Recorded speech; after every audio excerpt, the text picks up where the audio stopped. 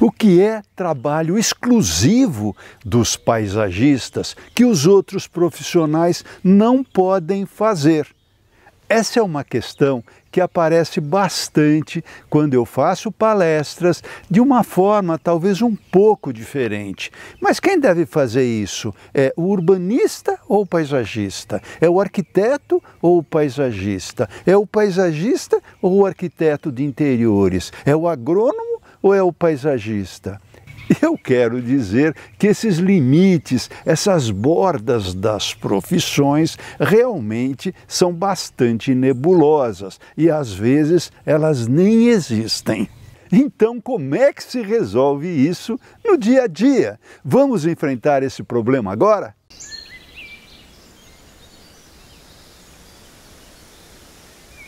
Bem, pessoal, há 40 anos atrás, quando eu dava aula, a gente já tinha essas discussões acadêmicas. Paisagismo é uma profissão multidisciplinar, interdisciplinar, pluridisciplinar e agora, recentemente, eu ouvi até um outro termo que é indisciplinar. Isso não quer dizer que os paisagistas sejam indisciplinados, mas quer dizer sim que sempre o paisagista poderá estar trabalhando com outros profissionais de outras áreas, principalmente se o trabalho for bastante abrangente, se o trabalho for numa região muito grande, principalmente se o trabalho pedir soluções nesse ou em outro campo que o paisagismo sozinho não consegue absorver.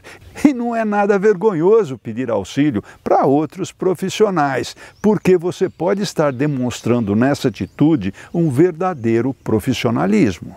Eu não sei se vocês lembram, mas até há pouco tempo atrás se discutia se a planta de uma casa deveria ser feita por um engenheiro ou por um arquiteto.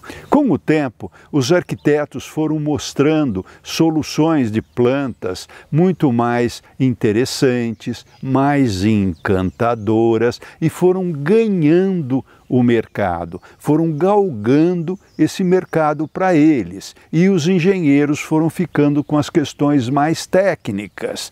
E isso, inclusive, teve um desdobramento profissional muito interessante. Foi quando os arquitetos quiseram sair do CREA, que é uma coisa recente, né? Porque o CREA era o órgão de responsabilidade profissional de ambos esses universos, da engenharia e da arquitetura. Para vocês verem que é tão recente que eu mesmo cheguei a participar do início da fundação do CAL. E a gente só ganhou força porque nós reunimos as 5 entidades que representavam os arquitetos.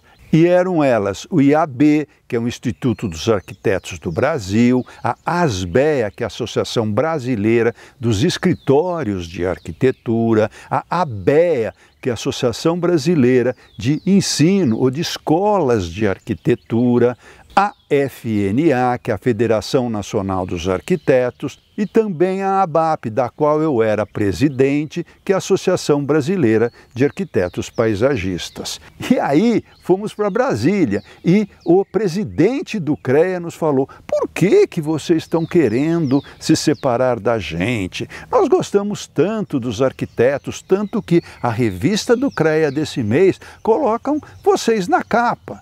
Aí ele nos trouxe, todo orgulhoso, a revista cuja matéria de capa era a seguinte: o Feng Shui na arquitetura.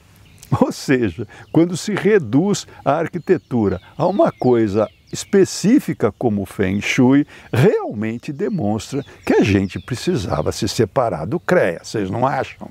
Bom, se isso aconteceu com a engenharia e a arquitetura, vocês imaginam com o paisagismo, que ganhou mais importância recentemente. E quando eu falo ganhou importância, é porque os profissionais foram também demonstrando a necessidade deles na sociedade. Então, nada garante que isso seja do arquiteto, que isso seja do paisagista, que isso seja do arquiteto de interiores, que isso seja do agrônomo ou que isso seja do urbanista. Tudo isso é uma questão, então, de você ir ganhando terreno, até porque realmente todas essas profissões desse universo, muitas vezes elas se tocam e chegam mesmo a se entrelaçar. Então, como é que fica o nosso papel se nada garante nada? Vejam, é uma questão então de interrelacionamento profissional, de demonstrar a sua expertise naquele universo que você está trabalhando, e essa expertise passa muito pelo encantamento do cliente, que a gente tem batido tanto nessa tecla aqui nos nossos vídeos. Por quê? Porque é o cliente que vai fazer a seleção dos profissionais que ele vai contratar para aquele projeto. E é por isso que eu gosto de enxergar todos esses profissionais não como concorrentes, e sim como clientes. Olha a diferença. Então, quando eu estou trabalhando com um arquiteto, e isso é 99% dos meus trabalhos, eu posso ter duas atitudes. Ou eu chego e bato de frente com ele, mostrando que eu sou melhor, que eu sei fazer, e que ele é um burro e que ele não sabe fazer nada, ou seja, eu já chego chutando o pau da barraca, ou então eu vou discutindo, levando, demonstrando que eu estou fazendo um trabalho conjunto para o bem do resultado daquela obra. E essa atitude de respeito, de compreensão, de negociação, porque nem sempre você vai ganhar impondo as coisas ou não impondo as coisas. Enfim, uma atitude de parceria e não de competitividade.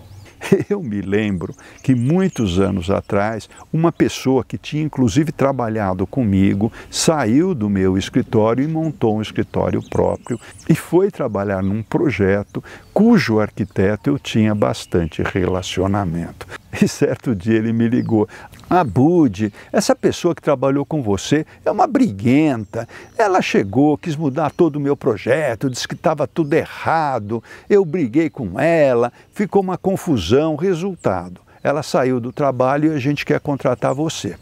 Resumindo, a gente teve que mudar um monte de coisa, porque realmente as soluções de arquitetura não estavam bacanas, mas a gente fez isso de uma forma palatável, de uma forma amigável, de uma forma respeitosa, e o arquiteto adorou o resultado final e falou: por isso, Abud, eu gosto de trabalhar com você, porque a gente vai trabalhando em conjunto, harmonicamente, um a favor do outro e não um contra o outro. E muitas vezes as perguntas que me chegam é assim: é papel do paisagista ou do arquiteto desenhar a piscina de um jardim? Aí é que tá. Se você for um paisagista que apenas planta, realmente a piscina fica por conta do arquiteto.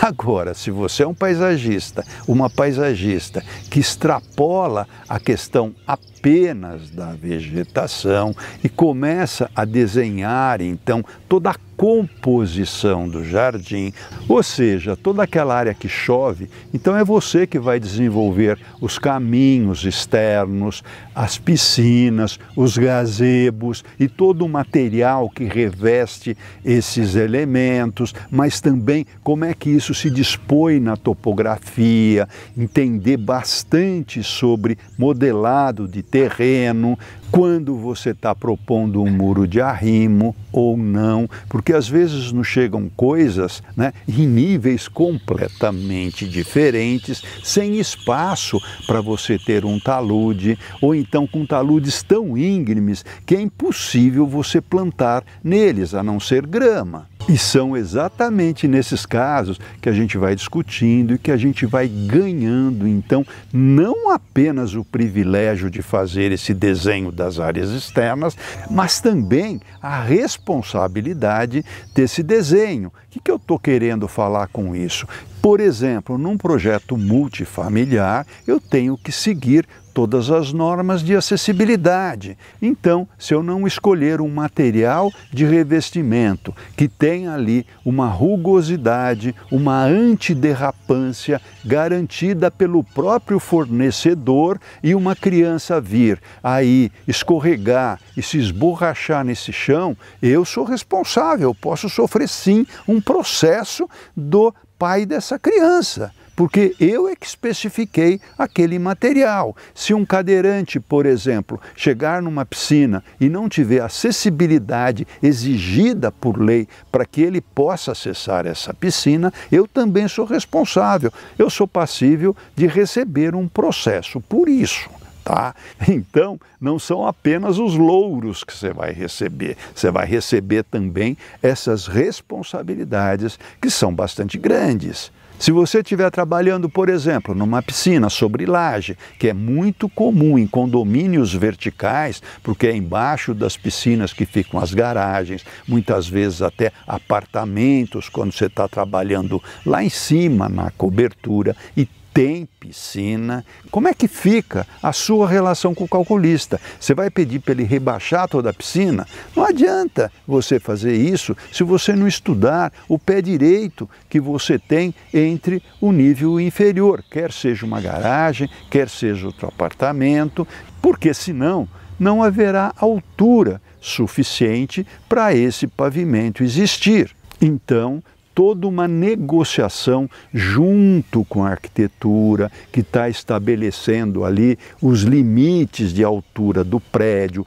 porque existem legislações para isso. Você vai ter que discutir quanto você vai subir para essa piscina não ficar totalmente encaixada no rebaixo, como é que vai ficar a aparência disso na paisagem, porque se você sobe demais e de uma vez você cria ali um muro, e esse muro é muito desagradável de ser visto, até porque você divide os espaços, e isso muitas vezes não é interessante, porque um espaço grande acaba se tornando dois espaços pequenos, e isso não é bacana.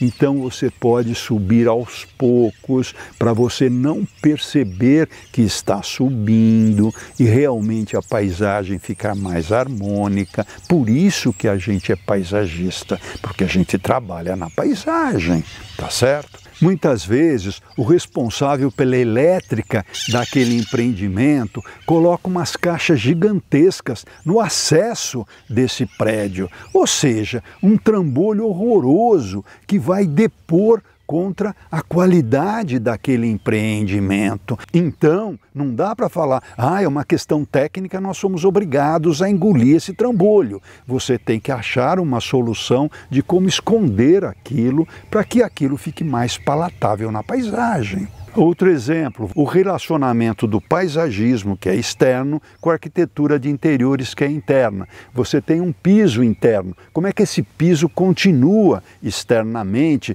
uma vez que o interno pode ser brilhante, ele não tem necessidade de antiderrapância, mas o externo tem essa necessidade. E como é que fica essa junção? O mobiliário externo também, a arquitetura de interiores está usando uma paleta de cores e uma gama de móveis, vamos dizer, mais clássicos. Como é que você vai trabalhar a área externa? Você vai colocar móveis clássicos na área externa? Tudo isso é muito importante que se converse. Para quê? Para que o projeto tenha uma harmonia final. Porque, como eu costumo dizer, não adianta você colocar uma plaquinha dizendo o projeto ficou completamente desarmônico porque o outro profissional não quis fazer o que eu pedi, não quis fazer o que eu mandei ele fazer. Então o resultado é esse, uma porcaria em relação à harmonia.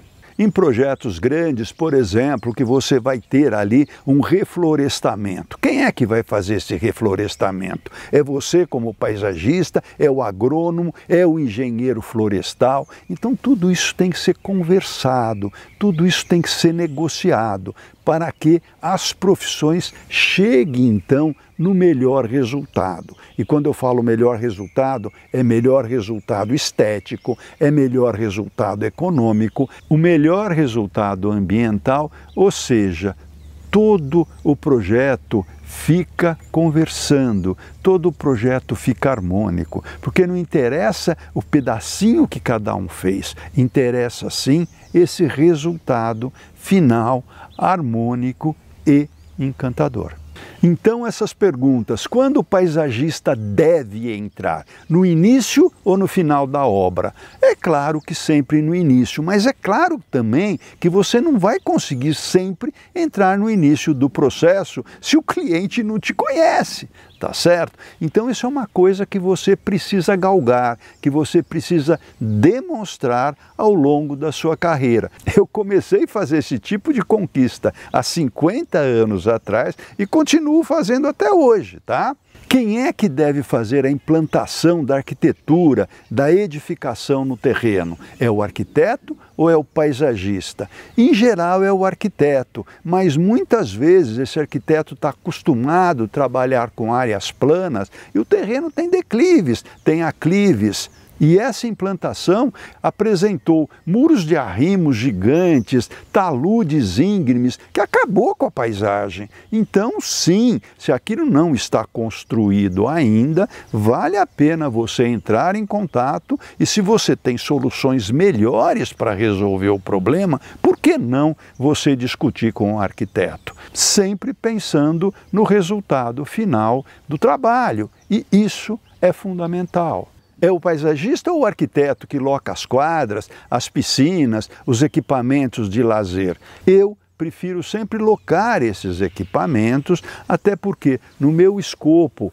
lá na minha RRT, eu sempre coloco que eu vou trabalhar em toda a área externa, tanto na parte civil quanto na parte de vegetação. E por que eu prefiro fazer isso? Porque tanto as quadras quanto as piscinas exigem áreas planas. Você não pode colocar uma quadra ou uma piscina em aclive ou declive. Realmente não vai funcionar. E quando você tem um terreno declivoso e você precisa conseguir esses patamares planos, isso gera taludes. E se esses taludes forem muito íngremes, em geral, mais do que 1:2, 1 de altura por 2 de comprimento, você não vai conseguir plantar nada a não ser grama. Essas implantações também podem gerar muro de arrimo, o que não é nada interessante, porque muro de arrimo é uma coisa caríssima e não encanta ninguém. Ninguém fala, nossa, eu estou morando num lugar maravilhoso, é todo cheio de muro de arrimo. Você já ouviu isso, por acaso? Enfim, gente, o que eu quero dizer é que as profissões vão se formando, as profissões vão se modificando, tanto que agora com a inteligência artificial já está se prevendo que muitas profissões vão acabar e parece que outras vão surgir que a gente nem faz ideia de quais sejam, tá?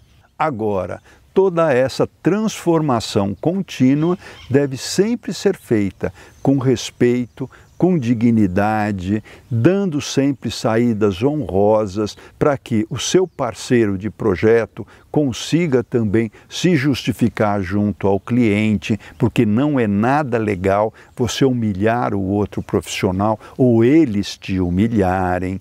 Então tudo isso é uma negociação que se faz no dia a dia. Ah, mas Abud, eu sou ruim de negociação, eu sou tímido. Para! Deixa a timidez de lado, comece a aprender a negociar, porque isso é fundamental na profissão, não apenas do paisagismo, mas hoje em dia em praticamente todas as profissões do universo. Tá bom?